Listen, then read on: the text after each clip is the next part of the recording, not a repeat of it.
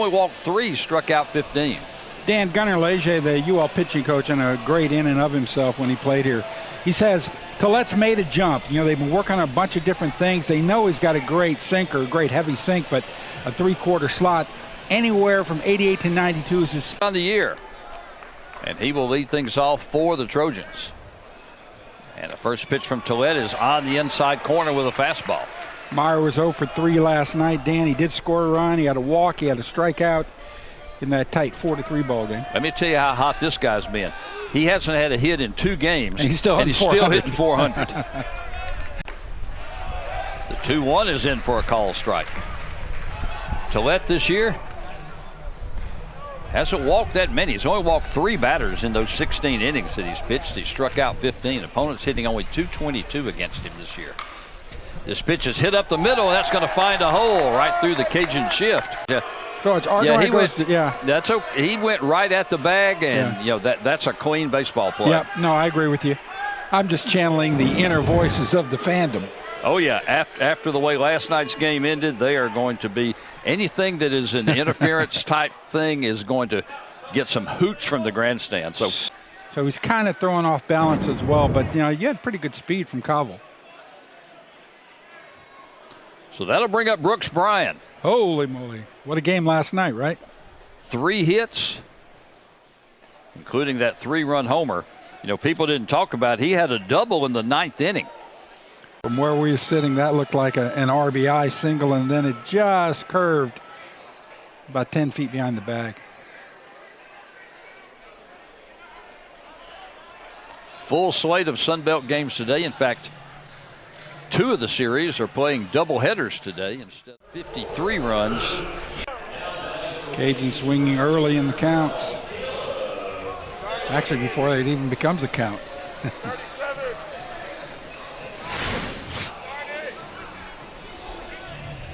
Right at Darnell. Darnell not having to move for that one. The center field for a base hit. Markham's going to round second. He'll stand up into third. And the Trojans have runners at the corners with just 1 out. That's about in the same spot as Meyer's leadoff single, except this one had more zip. So Schrader's got 3 hits on the weekend.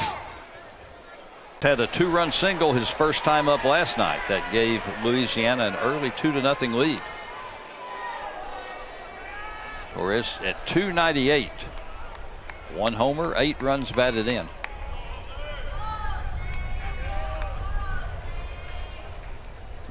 Squares to bunt, third base. And hats off to Amity. I mean, he moved around those bases pretty well.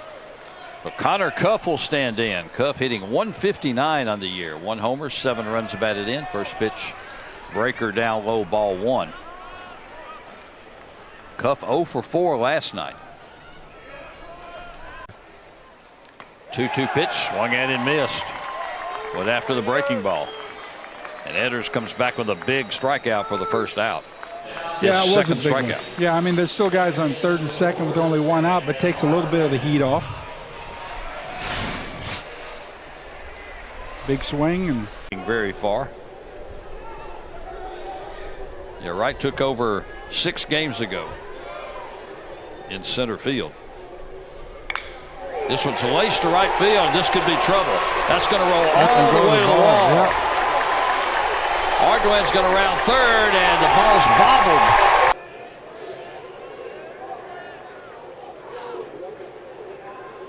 He's had 6 walks in the 20 innings. Or 21 innings now, but he's already had.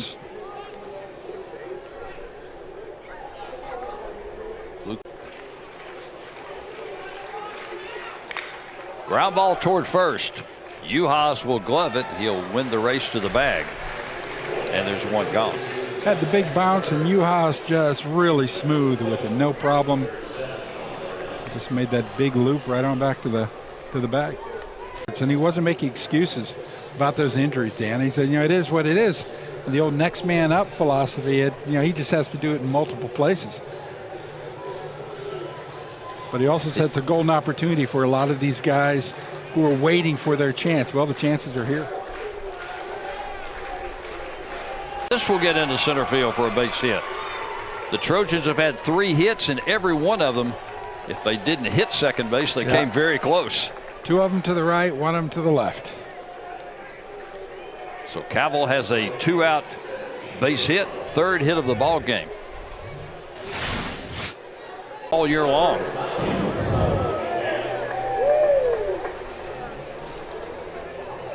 They're going to go take a look at it to see if it might have short hopped. From our view, it didn't look that way in real time, but somebody might have seen something. Breaking ball and a nice one from Edders is in for call, strike 1. Stelly 1 for 5 last night with a run batted in, and he was the guy who got called for that controversial batter interference call that basically ended the game last night. One that we're still trying to figure out. Lee Amadei drew a walk his first time up. A couple of guys headed down to the bullpen for Troy. Troy wearing the road black today. Cajuns wearing the short sleeve white pins.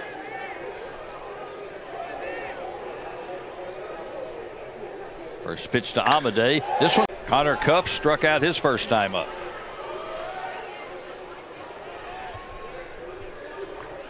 Squares to bunt, can't get it down, fouls it back into the screen. And the reason I mentioned all those jersey colors, Troy wearing the black, Cajuns wearing the white, is that tomorrow Louisiana will wear the green.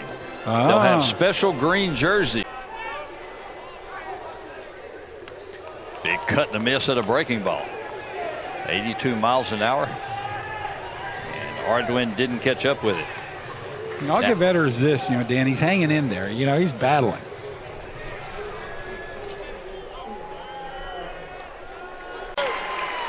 For Edders. That's 4 in the game for him. But Amadei will move up to 3rd on the stolen base. Torres will move up to 2nd. Again, an earlier point, Edders has hung in there. He came in here with a pitch count of like 27. And he's in 2 in scoring position.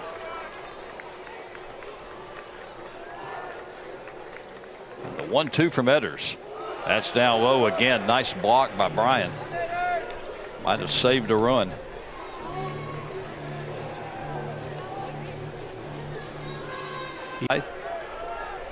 Cool. Previous 5 starts have been out in right field. First time he's been at the DH spot this year. 3-2 pitch, swung at and missed. Second strikeout for J.R. Tillett. Pop, and just a beautiful swing, effortless, seemingly. 102 miles an hour off the bat, 389 feet over the right field wall. And that too was a little low, but went down and right down the middle of the plate.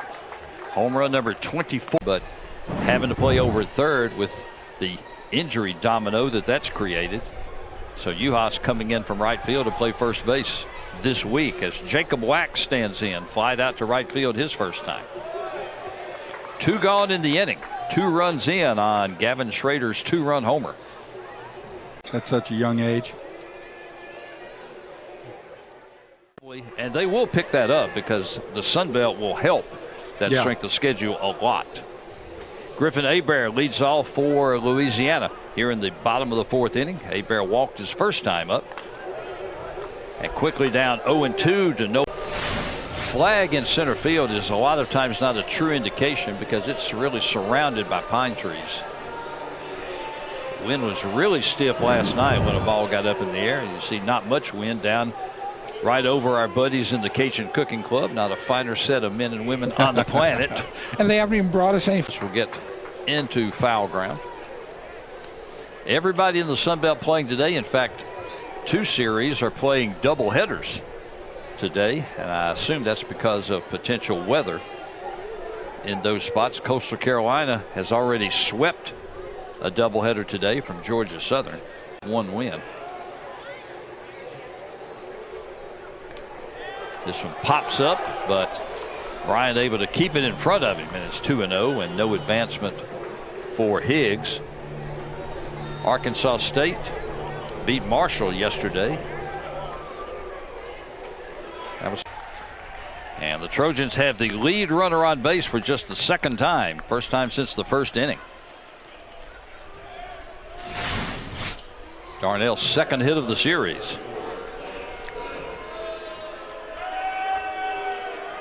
They haven't forgotten about Cobble.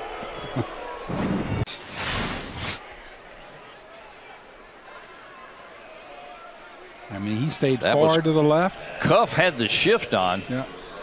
And just couldn't come up with it. So runners at first and second and nobody out. And Brooks Bryant at the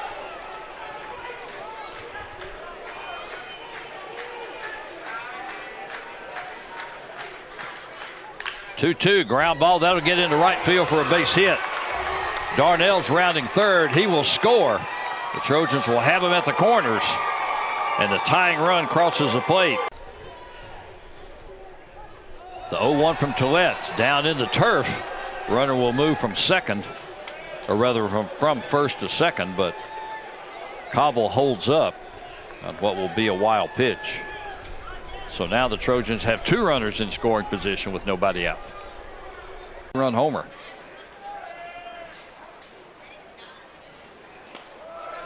Another 90-mile-an-hour fastball, and it's a ball and a strike. Sophomore on the mound, freshman at the plate. James Madison has beaten ULM 6-5. 89-mile-an-hour fastball from Marcotte misses low and away. 2 balls and no strikes. And lest we forget that effortless home run by Schrader. He's got 4 hits in the series.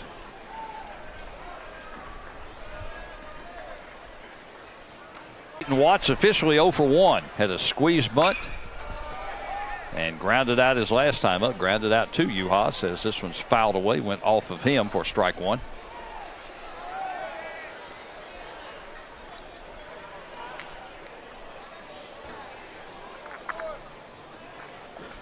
Throw across to Cabell and quickly 2 gone. And now Stewart's retired 3 in a row since coming on in relief. Well, that's what Grayson Stewart seems to do. Stifle rallies. 6, Cajuns 4. You're watching Sunbelt Baseball on ESPN+.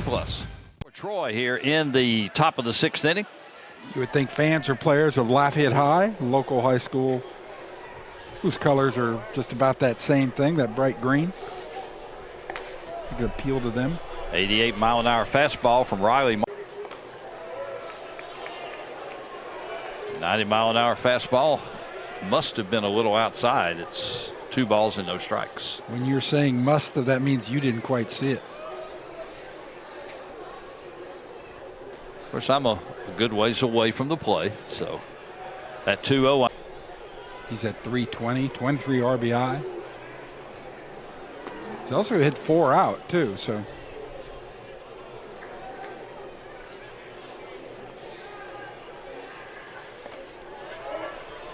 Breaking ball misses in. They tend to have a long memory, especially when it's one of the most popular Cajun players that was on the other end of. Yeah. And it was not an altercation, it was a bump.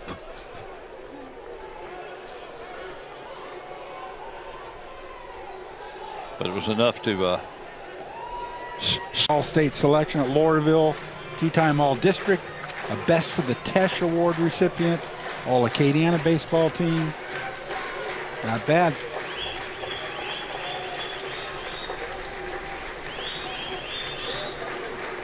long look at second. 2-2 is low and away.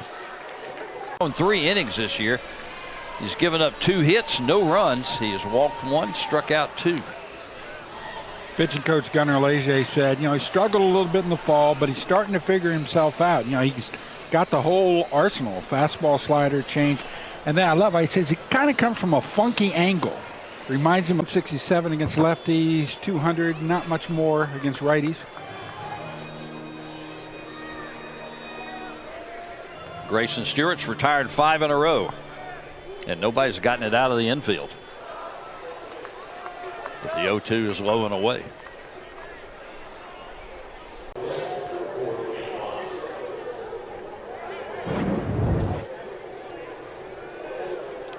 That'll bring up Peyton Watts, looking for his first hit today. He did have a squeeze bunt back in the second inning that scored the first run of the game. And first pitch from Grab's down low. Grab came with the change, and he's out front in the count. I mean, if you're a Cajuns fan, I mean, you got Grab, who's young, Marcotte, who's young. You've got some guys, I mean, who it could be a fun future as these guys add innings. 1-2, that's a line to left field. That's pretty deep. Going back is. So 1 ball and 2 strikes to Stelly. 1 run already in the inning on Higgs' solo home run, his second hit of the day.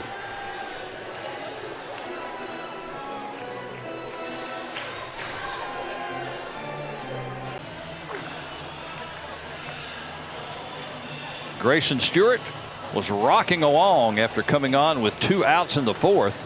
He got an out to end that inning and then got 6 straight outs in the 5th and the 6th. 5 ground balls and a strikeout. But Connor Higgs with a first pitch home run to lead on our fastball and goes down swinging for the second out. So a big strikeout for Thigpen coming in.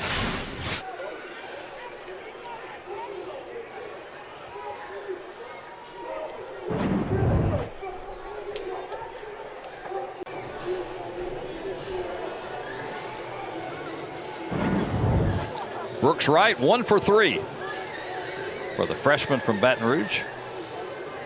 Doubled in a run in the second.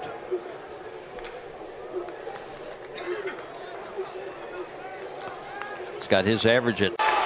And Uhas is at second with his first hit of the day. And now the Cajuns have runners at second and third with 2 outs. And Uhas was due, Dan.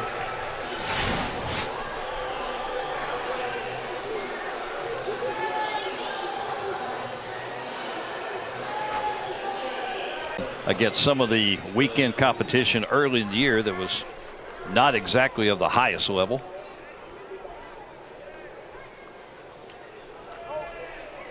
But sometimes it doesn't matter who you do it against. As Dylan Cool leads things off 0 for 4 today. Win the campus of UL Lafayette.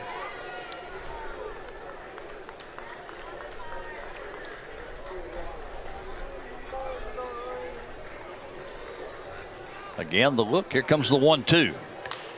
Tapped again, foul. The campus of UL Lafayette.